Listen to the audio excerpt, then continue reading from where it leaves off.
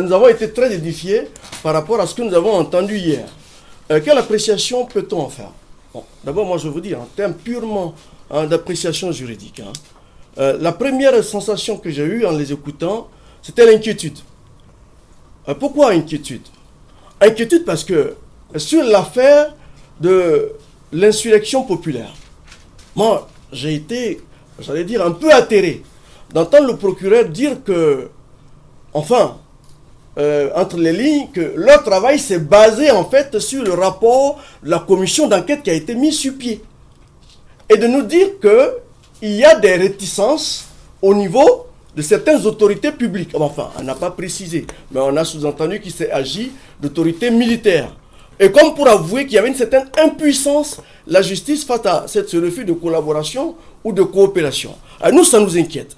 Pourquoi? Premièrement parce que, regardez, même le dossier du putsch, qui est intervenu longtemps après, a eu une évolution, une marge d'évolution plus grande que le dossier de l'insurrection qui, lui, en fait, date depuis 2 années. Pourquoi deux justices fonctionnant, l'une peut aller plus vite que l'autre? Ça, on ne nous l'a pas précisé. Inquiet pourquoi? Inquiet parce que quand la justice nous dit qu'elle n'est pas à même, dans un pays qui a un état de droit, de faire comparaître et d'entendre des autorités qui vivent dans ce pays, je ne parle même pas de ceux qui sont en dehors de ce pays. J'ai cru entendre qu'on nous a expliqué qu'il y avait des autorités militaires qui refusaient de donner des informations. Ah mais là je dis c'est grave et c'est inquiétant. Si la justice, avec tout le pouvoir dont il dispose, ne peut pas faire parler des gens, je ne parle pas de pouvoir de contraintes physiques, je parle d'usage des voies légales. Mais parce que même administrativement, le refus de coopérer avec la justice peut produire des sanctions. Ne parlons pas du point de vue judiciaire. Ça peut entraîner des sanctions judiciaires. Mais on a l'impression que ce qu'on nous dit aujourd'hui, c'est qu'on est devant une situation où, désolé, on ne peut rien faire. Sur la question des victimes, il semble qu'on a eu même des difficultés à contacter les victimes. On en est inquiet. Parce que ne serait-ce que dans le cadre de la coordination mise sur place par le MBDHP, pour essayer de canaliser l'action des victimes, nous avons été dans cette salle au moins 3 fois, avons fait des AG avec les victimes. Il y a une liste des victimes. Rien qu'à notre niveau, même pour les plaintes au niveau du tribunal militaire, nous avons à peu près plus d'une centaine de victimes. 145 victimes qui se sont inscrites. Donc que la justice, avec tout le pouvoir dont elle dispose, nous dise aujourd'hui qu'elle n'est même pas capable d'accéder aux victimes. Bon, permettez-nous un peu d'être inquiets. La deuxième observation, c'est que ça nous conforte, l'un des propos nous conforte sur ce que nous avions dit. Il y a vis-à-vis de l'État, surtout des autorités politiques, une certaine duplicité. Aujourd'hui, ce qu'on nous dit, c'est que les personnes qui sont dans le viseur de la justice, il faut compter parmi ces personnes le général Zida. Rappelez-vous, il y a quelques années de cela, c'est ce que nous avons dit aux gens. Nous avons dit, nous ne comprenons pas.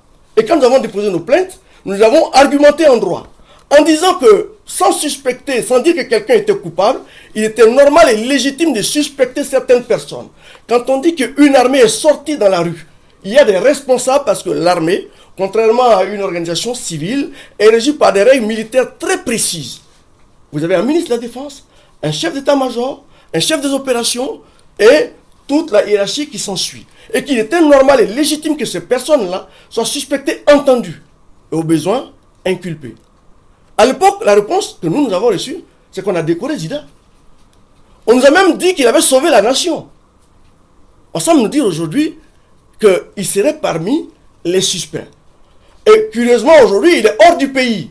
Bon, écoutez, cette duplicité de position ne peut que compliquer les dossiers.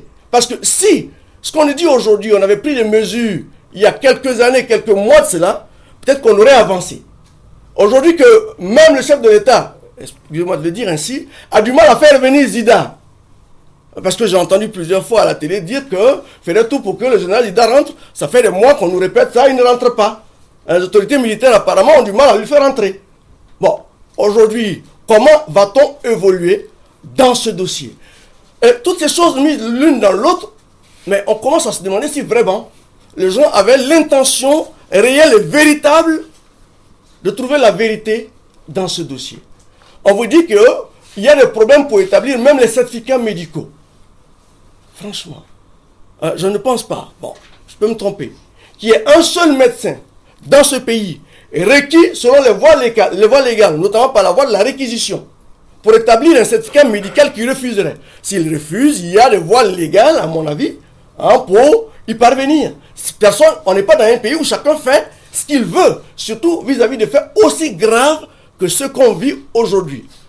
Vous voyez, pour terminer sur cet aspect, même la position du juge militaire, enfin, le procureur militaire, bon, qui semble dire que lui, il est pressé que cette affaire, les dossiers qu'ils ont à leur niveau, aillent vite qu'on les juge. C'est pour revenir à une question qui a été posée. Ce que le peuple veut, ce que nous voulons, tous les défenseurs des droits humains, c'est pas qu'on nous fasse juste un jugement. Mais non, le jugement doit aboutir à la vérité. Quand dans un temps, on prend des réquisitions pour demander d'annuler des mandats contre des personnes légitimement suspectées dans des affaires, et que dans un second temps, on dit qu'on est pressé pour qu'on juge la même affaire, nous, on est en droit de se poser des questions. Quel type de jugement on souhaite finalement? Parce que regardez, j'écoutais hier, j'ai suivi, on m'a dit que les avocats, en tout cas sinon l'un des avocats du général Djibril Bassolé aurait demandé qu'on écarte les écoutes téléphoniques du dossier parce que, il est estimant qu'elles ont été obtenues par voie irrégulière. Moi, l'analyse juridique que j'en fais, c'est que de façon tacite, il admet que ces écoutes-là viennent de son client. Sauf que la voie par laquelle elles ont été obtenues n'est pas légale.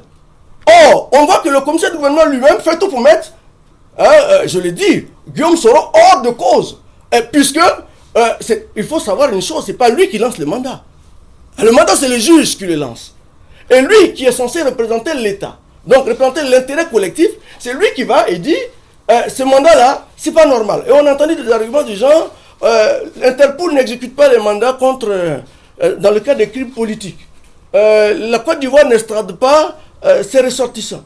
Mais moi, je poursuis quelqu'un qui m'a causé un préjudice. Et je deviens l'avocat de cette personne pour expliquer pourquoi il ne pourrait pas faire ceci, il ne pourrait pas faire cela. Et on a fait même des amalgames, mais ça, on n'y reviendra pas, entre un mandat d'arrêt international et l'extradition, qui en droit sont de deux régimes tout à fait différents. Parce que les mandats sont exécutés par la police, l'extradition est un mécanisme de coopération en deux États. Et quand il y a les accords d'ailleurs qu'il y a entre le Burkina et la Côte d'Ivoire, permettent très clairement qu'on puisse demander une extradition, quitte à ce que l'autre partie refuse, et que d'autres mécanismes soient utilisés. Mais que ce soit l'État burkinabé lui-même, enfin par son représentant qui est le commissaire du gouvernement, qui de prime abord dit, nous n'en voulons pas, c'est bon, on va laisser, si la Côte d'Ivoire veut, bon, ils jugeront. Moi j'ai toujours dit, imaginez l'inverse si nous avions été dans cette position. Si un de nos présidents d'assemblée ou, je ne sais pas moi, membre du gouvernement, s'était rendu complice d'une tentative de coup d'État en Côte d'Ivoire, est-ce que une personne imagine un seul instant que l'État ivoirien nous aurait dit, oui, au nom de, c'est quoi là, les relations séculaires de fraternité, pendant que d'autres dorment dans des tombes, pour avoir juste essayé de riposter à quelque chose qui n'était pas légitime. Bon, ça c'est des questions qu'on doit se poser. C'est pour ça que franchement, bon, on se dit c'est bien de porter des informations à la connaissance du peuple, mais ce serait encore mieux qu'on voit des actions qui sont, on va dire, plus poignantes, plus cohérentes